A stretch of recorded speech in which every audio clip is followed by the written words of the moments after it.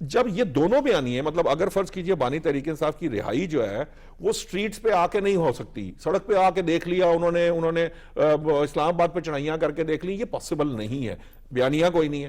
دوسرا بیانیہ جو بنانے کی کوشش ہے وہ بھی کوئی بیانیہ نہیں. اب خود آ کر یہ بات کہی نہیں جا سکتی تحریک تحفظ آئین پاکستان کی جو نکات سامنے آئے اس میں بانی تحریک انصاف کی رہائی کی کوئی بات نہیں کہی گئی, اس پہ بات ہو نہیں سکتی, جو پولیٹیشنز ہیں بات کر نہیں سکتے, یہ بات کہی نہیں جا سکتی. دوسرا ابھی آج ان کی جو ہمارے دوست ہیں فواد چوہدری صاحب قومی ڈائلاگ کمیٹی کی بات کر رہے ہیں, ان کا اعلامیہ, اس کے اندر بھی بانی تحریک انصاف کی رہائی کی بات نہیں کی گئی, کسی کی نہیں جا سکتی. کیوں؟ اس لیے کہ اگر یہ بات کوئی کہے گا تو اس کو سیدھا سا جواب ہے کہ یہ کورٹس ہیں, کورٹس کے ذریعے جا کے اپنے معاملات طے کیے جائیں, عدالت کے کاموں میں تو کوئی دخل دے نہیں سکتا, حکومت بھی نہیں دے سکتی. سو ان کے پاس ایکچولی بیانیہ کوئی نہیں ہے. یہ جتنے بیانیے بنائے جا رہے ہیں چاہے وہ فارم 47 ہو, مجھے پتا ہے, میں جانتا ہوں, میرے سامنے ہوا ہے فارم 47, جعلی 47 فارم انہوں نے بنا کر رپورٹرز کو دیے, جو انہوں نے جعلی بنا کر میڈیا کو فیڈ کیے تاکہ جو ہے یہ کہیں کر. ایکچولی فارم 47 آپ کو یاد ہوگا, ایک صاحب تھے, ان کو چیف الیکشن کمشنر بنانے کے لیے انٹرویو کیا تھا بانی تحریک انصاف نے. ایکچولی ان سے یہ تقاضا کر رہے تھے کہ جب الیکشن آئیں گے تو آپ ہمیں فارم 47 بنا کر دیں گے, جس پہ آرگیومنٹ ہوا تھا. یہ بات آن ریکارڈ بھی موجود ہے. تو جب یہ آن ریکارڈ موجود ہے, بیسیکلی فارم 47 ان کا اپنا جو جسے کہتے ہیں ہتھیار تھا یا داؤ تھا جو انہوں نے کھیلنا تھا, انہوں نے وہ بنا لیے تھے, لیکن جو ریزلٹس آئے وہ نہیں تھے جو یہ ایکسپیکٹ کر رہے تھے. صحیح. نتیجہ یہ ہوا کہ انہوں نے اس کو آپ کی آج کی سٹنگ گورنمنٹ پہ ڈال کے ایک بیانیہ بنا. سو یہ ساری گیم بیانیے کے لیے ہے, ایکچولی پولیٹیکلی ریلیونٹ رہنے کے لیے ہے, اس کے علاوہ کوئی بیانیہ نہیں ہے. بیانیہ کیا ہوتا ہے؟ بیانیہ یہ ہوتا ہے کہ میرے لیے, آپ کے لیے, عوام کے لیے ان کے بجلی کے مسائل ہیں, ان کی بجلی کی قیمتوں کے مسائل ہیں, مہنگائی کا مسئلہ ہے, کوئی یعنی جو نیشنل میسز کے ایشوز ہیں, جو نیشنل ایشوز ہیں ان پہ بات کریں. آپ نے کبھی نیشنل ایشو پہ بات کرتے دیکھا ہوگا پی ٹی آئی کو؟ اسمبلیوں میں دیکھا ہو, شاید سڑکوں پہ دیکھا ہو, کسی مطلب دیکھیں نا, لیڈرز تو موجود تھے نا, وہ ان میں کچھ سیزنڈ پولیٹیشین بھی تھے. کیا وہ کبھی آپ کو بجلی کے بل پہ یا بجلی کے مسائل پہ بات کرتے نظر آئے؟ آج تک اگر بانی پی ٹی آئی نے بجلی کے اوپر بات کی تو یہ کیا, یہ بل چلا دو اور جو ہے وہ جو شروع کر دو. بیسیکلی خالد قیوم صاحب, بات یہ ہے کہ یہ الٹیمیٹلی تحریک جو ہے یہ جا رہی ہے ریاست, اور بلکہ ریاست کے ہی خلاف, میں اسٹیبلشمنٹ کو تو علیحدہ نہیں کرتا, کہ ریاست کے ساتھ ٹکراؤ کی طرف جا رہی ہے. نتیجہ کیا نکلے گا؟ اچھا دیکھیے کہ یہ جو نقصان, انہوں نے کہا کہ خیبر پختونخوا کی گورنمنٹ کو اور پی ٹی آئی کو نقصان ہو سکتا ہے, کیا مطلب؟ اچھا دیکھیے کہ یہ پی ٹی آئی کی جو پارلیمان کے اندر لیڈرشپ ہے, اب وہ بھی ناکام ہوئی ہے کہ مذاکرات کے نتیجہ خیز ہونے میں کوئی وہ کردار ادا نہیں کر سکے, حتیٰ کہ وہ بانی کے لیے سہولت کاری میں بھی کوئی کردار ادا نہیں کر سکے. اور اس کے ساتھ جن کا آپ نے ذکر کیا علیمہ بی بی کا, اور علیمہ بی بی بھی ان مذاکرات کے راستے میں ایک بہت بڑی رکاوٹ ہے. اور یہ کہیں یہ کچھ عرصہ پہلے جب ان کی ملاقاتیں ہو رہی تھیں اور مولانا فضل الرحمان کے ساتھ جے یو آئی کے ساتھ بھی معاملہ چل رہے تھے, تو اس وقت اس حوالے سے جو پارٹی کے لیڈر جو ہیں جن کے مذاکرات مولانا فضل الرحمان سے ہو رہے تھے, وہ جیل میں گئے بانی کو ملنے کے لیے, اور انہوں نے کہا کہ مولانا فضل الرحمان ہمارے ساتھ آنے کے لیے تیار ہیں لیکن ان کی یہ شرائط ہیں. تو ایک موقع پر بانی جو ہے ان شرائط سے, کہ شرائط یہ تھی, تجویز یہ تھی کہ ان کو جو ہے وہ الائنس کا چیئرمین بنا دیا جائے اور اچکزئی صاحب کو صدر بنا دیا جائے اور راجہ ناصر عباس جو ہیں ان کو سیکرٹری جنرل بنا دیا جائے, تو سارے جب اکاموڈیٹ ہو جائیں گے تو سارے اکٹھے ہو جائیں گے. تو وہاں پر یہ علیمہ بی بی بیٹھی ہوئی تھی, تو انہوں نے کہا کہ نہ, ہمیں تو یہ عہدے دینے کی ضرورت نہیں ہے, آپ تو بہت زیادہ مقبول ہیں, آپ کو تو ضرورت نہیں ہے ان کو اس وقت ساتھ اس طرح لے کر چلنے کی. تو مذاکرات کی راہ میں نہ صرف بانی پی ٹی آئی ڈیالہ جیل سے رکاوٹ ہیں, ان کی ہمشیرہ بھی رکاوٹ ہیں, باہر بیٹھی لیڈرشپ بھی جو ہے وہ کوئی کردار ادا نہیں کر سکی. اور جو مواقع ملے ہیں اس حوالے سے, سب سے بڑا موقع جو تھا وہ تو آپ جانتے ہیں 26 نومبر تھا. ان کو بھی جو ہے وہ پی ٹی آئی کی قیادت نے, بشرا بی بی نے ضائع کیا. اس کے بعد ایک اور بہت بڑا موقع ملا تھا پی ٹی آئی کو اپنے آپ کو ریلیونٹ بنانے کے لیے، وہ موقع تھا جو پاک بھارت جنگ مئی میں ہوئی. اس میں بھی پی ٹی آئی نے جو ہے وہ سارا جو عمل تھا اس میں علیحدگی رکھی، خاموشی بلکہ رکھی، پاکستان کے خلاف مخالفت کی، اور جو ہے وہ پاکستان کے جو سیکیورٹی کے ادارے تھے ان کو اسی طرح ٹارگٹ کرنے کی تو کوشش یعنی کی ان جس کو طرح 9 مئی سمجھ کوئی نہیں آ رہی، سمجھ کوئی ان نہیں کو آ سمجھ کوئی نہیں رہی، آ اور رہی، راستہ بھی ان کا کوئی بنتا ہوا اور نظر نہیں خیبر آ رہا. پختونخوا جب کی حکومت میں حکومت تب بھی سمجھ نہیں آتی تھی، جب وزیر نہیں ہوتا بھی. تو دو باتیں بتائیے گا کہ خیبر پختونخوا کی احمد وڑائچ صاحب حکومت آپ کو کتنا دیر چلتے نظر آتی ہے ان حالات میں، جب سہیل افریدی صاحب کل کی پریس کانفرنس کے جواب میں یہ کہہ رہے ہوں دو باتیں. ایک تو یہ انہوں نے کہی کہ یہ ہمارے بانی کو ختم کرنے کی بات لگتی ہے، دہشت گردی کو ختم کرنے کی بات نہیں لگتی. عجیب منطق ہے. ایک یہ والی سوچ سامنے ہو تو آپ کو لگتا ہے کہ اس طرح کے معاملات آگے چل سکتے ہیں. جو رانا ثناء اللہ صاحب نے بات کی ہے کہ خیبر پختونخوا کی حکومت جو ہے وہ اس کو نقصان ہو سکتا ہے. اور شفیع جان صاحب کل کہتے رہے مالک صاحب کہ آپ کیا کہتے ہیں ٹی ٹی پی کو دہشت گرد تنظیم مانتے ہیں، انہوں نے کہا نہیں، انہوں نے مطلب اس طرف آئی مذمت نہیں کرتے. مذمت نہیں کرتے. بسم اللہ الرحمن الرحیم. دیکھیے اس میں کوئی شک نہیں ہے کہ ایک طرف ریاست ہے اور دوسری طرف ان کی سیاست ہے، لیکن جب یہ سیاست کی آڑ میں اور اس سیاست کی آڑ میں جو کہ ان کی قوم کے سامنے اب نہیں چل رہی ہے نہ بن رہی ہے، تو یہ ریاست سے ٹکراؤ کی پالیسی کی طرف واضح طور پر جاتے ہوئے ہمیں دکھائی دے رہے ہیں. اور میں سمجھتا ہوں کہ بنیادی طور پر چاہے کوئی پولیٹیکل یہ نادانی میں یا ولفلی ہے؟ نہیں یہ سر یہ دیدہ درستہ ہے. اچھا، یہ دیدہ درستہ ہے اور یہ آج سے نہیں ہے، یہ بہت پہلے سے ایسے چلتا آ رہا ہے. آپ کو 2018 کا الیکشن بھی یاد ہوگا. 2018 کے الیکشن میں کیا انہوں نے وہ جو ونگ تھے دہشت گردی والے ٹی ٹی پی والے، کیا ان کے خلاف انہوں نے کوئی بات کی؟ یا اس کے بعد جس طرح 2021 میں لا کر ان کو بسایا گیا اور جس طریقے سے ان کو یہ پرموٹ کرتے رہے اور ان کو لا کر بساتے رہے، یہ دیدہ درستہ سب کچھ ہوتا رہا. اور جب ریاست کہتی ہے، جب وفاق کہتا ہے، میں ہمیشہ یہ بات کہتا ہوں کہ سب سے پہلے ہم جو شہری ہیں یا ہماری کوئی حکومت ہے، ہم آئین اور ریاست کے پہلے تابعدار ہیں، ہم ریاست کے پہلے پابند ہیں. اور یہ آپ دیکھیے کہ یہ نہ آئین کے تابع رہے ہیں، نہ یہ ریاست کے وفادار رہے ہیں، اور یہ بالکل بڑی کلیئرٹی کے ساتھ کہہ رہے ہیں کہ ہم ان کے خلاف آپریشن نہیں ہونے دیں گے. دیکھیے وہ کس طریقے سے آپ کے خلاف اٹھ کھڑے ہوئے ہیں اور وہ کس طریقے سے آپ کے خلاف باتیں کرے اور دہشت گردی میں کس طریقے سے ملوث ہے پاکستان کے خلاف، اور یہ دوسری طرف جا کر کھڑے ہو گیا ان کے ساتھ. مجھے کسی صورت نہیں لگتا کہ ان کی حکومت مزید چل سکتی ہے، اور یہ اپنی حکومت ختم کرنے کے خود ذمہ دار لگتے ہیں اور یہ چاہتے ہیں کہ کسی طریقے سے ہم سیاسی شہید بن جائیں، کسی طریقے سے کوئی آ کر ہماری حکومت کو ختم کر دے. نہیں اگر دیکھیں نا فائدہ اٹھانا ہوتا انہوں نے، جس طرح خالد قیوم صاحب بھی کہہ رہے تھے، تو رانا ثناء اللہ صاحب کہتے ہیں کہ وزیر اعظم نے فلور آف دی ہاؤس مذاکرات کی پیشکش کی. وزیر اعظم نے قومی اسمبلی اجلاس کے دوران بھی 2 بار دعوت دی. وزیر اعظم نے چوتھی بار کابینہ اجلاس میں پی ٹی آئی کو دوبارہ دعوت دی. تو وہ کہتے ہیں کہ ہمیں یہ لگتا ہے کہ جو بانی تحریک انصاف ہے وہ مذاکرات کی طرف آنا ہی نہیں چاہتے. نہیں، جو سب سے بڑا جو تعطل ہے یا جو ڈائیلاگ میں جو ڈیڈ لاک پہ آ رہا ہے وہ صرف ان کی ہٹ درمی سے آ رہا ہے، اور یہ بانی چاہتے ہی نہیں ہے کہ کسی طریقے سے کوئی جو ہے وہ راستہ نکلے. ابھی تھوڑی دیر پہلے جو اعلامیہ بھی آیا اس میں بھی جو سابق وزیر اعظم نواز شریف صاحب کا یا صدر آصف علی زرداری صاحب کی بات ہوئی ہے یا موجودہ پرائم منسٹر شہباز شریف صاحب کی بات ہوئی کہ ان کی یعنی کہ کمیٹی ایسی تشکیل دے دی جائے جو پولیٹیکل معاملات کو آگے لے کر بڑھے. صرف ان کی طرف سے رکاوٹ ہے اور یہ نہیں چاہتے ہیں کہ مذاکرات ہوں، اور یہ بند گلی میں خود بھی جا چکے ہیں اور ان کی سیاست داغدار ہو چکی ہے، نہ چونکہ یہ پولیٹیکل مائنڈ بھی نہیں ہے اور یہ پارلیمانی طریقے سے نکلنا بھی نہیں چاہتے ان راستوں سے ساروں سے باہر. تو مجھے بالکل یہ بات لگتی ہے کہ یہ سیاسی طور پر یہ ناکام ہو چکے، اور میں یہ سمجھتا ہوں کہ مذاکرات ان سے کرنا وقت کا ضیاع ہے، مذاکرات ہونے بھی نہیں چاہیے. کس طرف بات جاتی ہے. وزیر اعظم صاحب چاہتے ہیں نیک نیتی کے ساتھ کہ بات جو ہے وہ پولیٹیکلی چیزیں طے ہو جائیں. پاکستان تحریک انصاف کو وہ بات سمجھ میں آتی ہے، یہ نہیں آنے والا وقت بتائے گا. اجازت دیجیے، اللہ حافظ.